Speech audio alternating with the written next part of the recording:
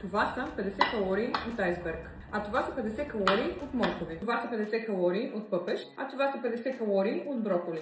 Това са нискокалорични, високообемни храни, което значи, че можеш да ядеш много от тях за малко калории. От друга страна пък, ето това блокче чедър е 50 калории. Тази лъжичка фъстъчено масло също е 50 калории.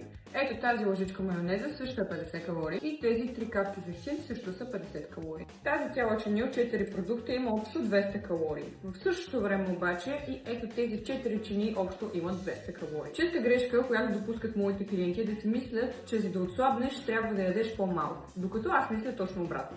Може да се храните повече от всякога, стига да приоритизирате високообемните, нискокалорични храни, за разлика от тези тук. Не казвам да изключите тези храни. В тях има полезни мазнини, както и протеин. Но е хубаво да сте наясно, когато искате да отслабнете, кои храни са по-добри за приоритизация. В случая аз бих използвала всяка една от тези храни на мое хранене. Например, за обяд или за вечеря бих добавила айсберга, морковите или броколите, а всяка сутрин бих добавила пъпеша. Така хем ще бъда сита, хем ще ям повече. За повече алтернативи, които биха ви били полезни, може да погледнете моята книга в биото.